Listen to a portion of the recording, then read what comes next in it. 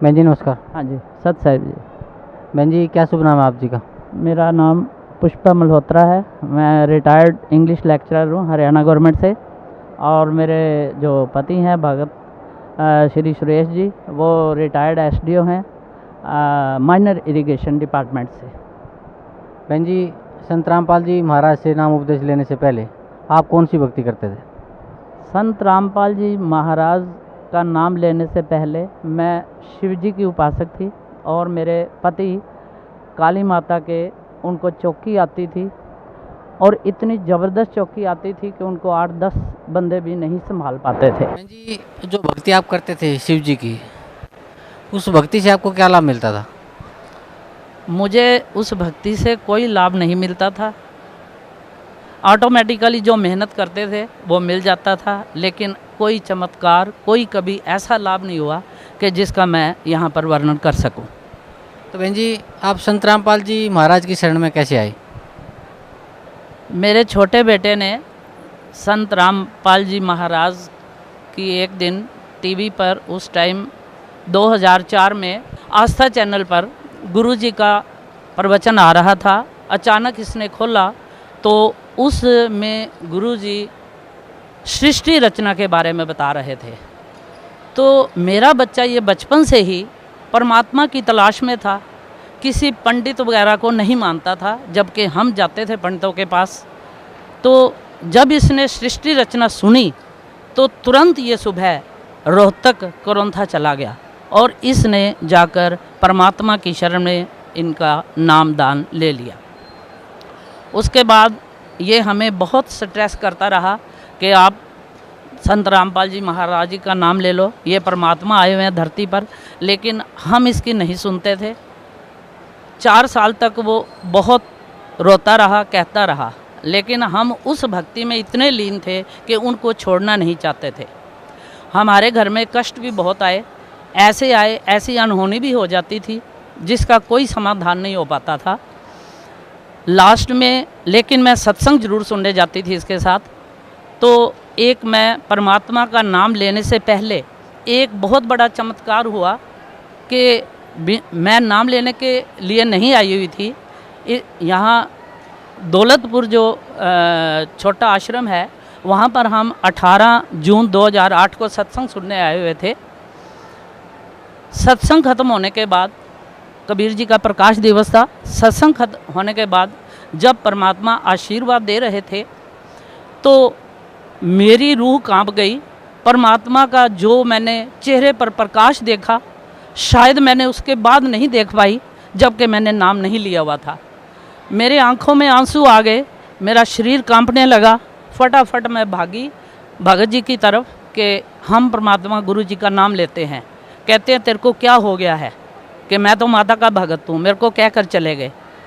10 minute के बाद मैं जब रोती रही तो मैंने 10 मिनट के बाद वापस आ गए तुरंत। परमात्मा का ऐसा चमत्कार हुआ, रजत बेटे को बुलाया, बहुत खुश हुआ कि मैंने कहा हमने नाम लेना है। तो इस तरह से परमात्मा ने नाम लेने से पहले ही अपना रूप हमें दिखा दिया कि यही परमात्मा है, ही इज़ कबीर गॉड। और अब तो बिल्कुल सिद्ध हो चुका है इनके ज्ञान से। उसके बाद हमारे साथ ऐसे चमत्कार हुए।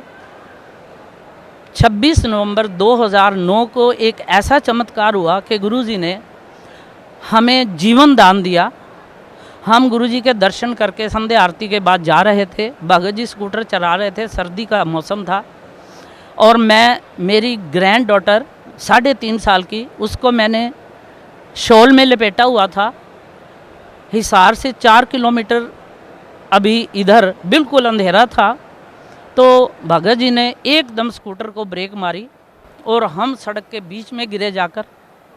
पीछे से 3 ट्रक थे, तीनों रुक गए। उन्होंने हमें उठाया, स्कूटर उठाया, और परमात्मा ने थोड़ी बहुत हमें चोटें लगी और बचाव हो गया। हम जब 10-15 मिनट के बाद जब मैं उस टाइम को याद करती हूँ तो मेरी आंखों में अब भी आंसू आ जाते हैं कि ये वास्तव में परमात्मा है। गुरु रामपाल जी महाराज जी वास्तव में परमात्मा है।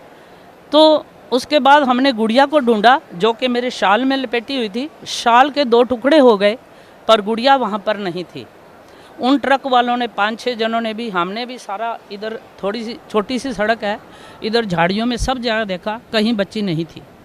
बड़े परेशान हुए कि घर जाके पूछेंगे कि बच्ची कहाँ गई, कहीं दिखे तो सही जख्मी किसी हालत में, लेकिन वो बच्ची हमें कहीं नहीं दिखी।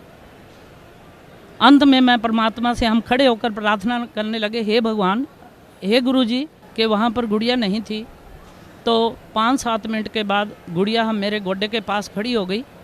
हमने उसको उठाया और जैसे कैसे घर पहुँचे, डॉक्टर से दिखाया, अपने को थोड़ी बहुत चोटें लगी थी, दोनों को, भगत जी को और मेरे को। गुड़िया बिल्कुल सेफ थी। मॉर्निंग में हमने पूछा कि ये गुड़िया को, कि जबकि ये 3.5 साल की थी गुड़िया, सारा उसने तोतली भाषा में बताया कि मेरे को जब दादी जी गिरे तो मेरे को गुरुजी सतलोक ले गए थे हवाई जहाज़ में बैठाकर, अपने जहाज़ में बिठाकर, और वहाँ जाकर क्या देखा उसने, गुड़िया ने, वो सारा उसने वर्णन किया। जैसे कि गुरुजी करते हैं कि वहाँ पर हरे भरे वृक्ष थे, कोई बस नहीं थी, स्कूल नहीं था, और कबीर जी सफ़ेद कपड़े पा के सिंहासन पर बैठे हुए थे। फिर हमने पूछा कि फिर तू नीचे कैसे आई? कहती है फिर उन्होंने मेरे को थोड़ा सा जल पिलाया और उसने कहा कि, उन्होंने, कबीर जी ने कहा, परमात्मा ने कहा कि ले बेटा जा, तेरी उम्र बढ़ा दी। तो फिर गुरु रामपाल जी महाराज मेरे को अपने, गुरु जी मेरे को अपने हवाई जहाज़ में नीचे छोड़ कर गए। तो परमात्मा के पास फिर हम दर्शन करने आए। दूसरे दिन गुरुजी ने बताया कि मैं ही वहाँ पर गऊ बना था सड़क पर, मैं ही वहाँ पर खड़ा था, आप तीनों की मौत थी। परमात्मा ने, ये वास्तव में कबीर परमात्मा है जिन्होंने हम तीनों को बचाया, और विशेषकर गुड़िया का दूसरा जन्म था। और इसके अलावा डेली इतने चमत्कार होते हैं जिसका कोई वर्णन नहीं है। लेकिन एक मैं अपने लाइफ का चमत्कार बताती हूँ कि मुझे बचपन से ही माइग्रेन, सिर दर्द थी। इतनी एजुकेशन ली, कभी भी मेरे सिर दर्द ठीक नहीं हुई। मेरे पर्स में टैबलेट रहती थी, सब वीकली 2-3 बार डॉक्टर आता था, इंजेक्शन देता था, तब जाकर सुबह मेरी सिर दर्द ठीक होती थी। मैं वास्तव में अपने दिल से कह रही हूँ कि जब से मैंने परमात्मा का नाम लिया है, मैंने आज तक कभी टैबलेट नहीं ली, चाहे मैं 24 घंटे काम कर लूँ और धूप में चली जाऊँ, छाँव में चली जाऊँ, कभी मेरे सिर दर्द नहीं हुई। तो ये वास्तव में कबीर परमात्मा है, और इन्होंने सिद्ध भी कर दिया है अपने वेदों से, शास्त्रों से, पवित्र गुरु ग्रंथ साहिब से, कुरान शरीफ से, बाइबल से। हम पढ़े लिखे हैं, सारा वर्णन इन्होंने सिद्ध कर दिया है कि कबीर गॉड कौन है, कि कबीर परमात्मा है, उसका क्या प्रोसेस है भक्ति का, जिससे हमें ये जो जन्म मरण के बंधन से हम छूट सकते हैं। वास्तव में मैं तो यही कहूँगी कि यही कबीर परमात्मा है। इनका ज्ञान धरती पर किसी के पास नहीं है। हम बहुत धक्के खाते थे, कभी किसी के पास जाते थे, कभी किसी के पास जाते थे, कोई किसी के पास प्रूफ के साथ ज्ञान नहीं है। ये हमें प्रूव करके सिद्ध करते हैं कि परमात्मा Kabir is God and Sant Rampal ji Maharaj is God. बहन जी, भक्त समाज को क्या संदेश देना चाहते हैं आप? मैं एक एजुकेटेड पर्सन होने के नाते, अपना पूरा परिवार एजुकेटेड है, यही संदेश देना चाहती हूँ कि आप किसी को ब्लाइंडली फॉलो मत करो। संत रामपाल जी महाराज एक एक अक्षर, एक एक शास्त्र से सिद्ध करते हैं कि परमात्मा कौन है। किसी इस धरती, क्या मैं कहती हूँ कि ब्रह्मा विष्णु महेश के पास भी ये चीज़, उनको भी ये नहीं पता कि परमात्मा कौन है। तो मैं सभी भाई बहनों से ये प्रार्थना करती हूँ कि आप जीवन में भटको मत। कम हेयर इन दी शरण ऑफ गुरु संत रामपाल जी महाराज, और इनका सच्चा नाम लेकर जो 3 मंत्र का नाम देते हैं, वास्तव में उसके प्रोसेस करने से ही पता चल जाता है। डेली भी अगर हमें कोई तकलीफ़ होती है, सत नाम करने से मेरे तो 1000 बार कष्ट दूर हुए हैं। तो मैं भक्त समाज से हाथ जोड़कर विनती करती हूँ कि भटको मत, यहाँ पर आओ, संत रामपाल जी महाराज को पहचानो। ये परमात्मा का रूप हैं, कबीर साहिब का रूप हैं, और इनकी शरण में आकर नाम लो और अपने जीवन का कल्याण कराओ। बहन जी, परम संत सतगुरु रामपाल जी महाराज ने सभी धर्मगुरुओं को शास्त्रार्थ के लिए आमंत्रित किया हुआ है, आपको कैसा लगता है? बहुत अच्छा लग रहा है। अगर किसी के पास ज्ञान है तो वो ज़रूर आएगा और उनको शास्त्रार्थ करना चाहिए।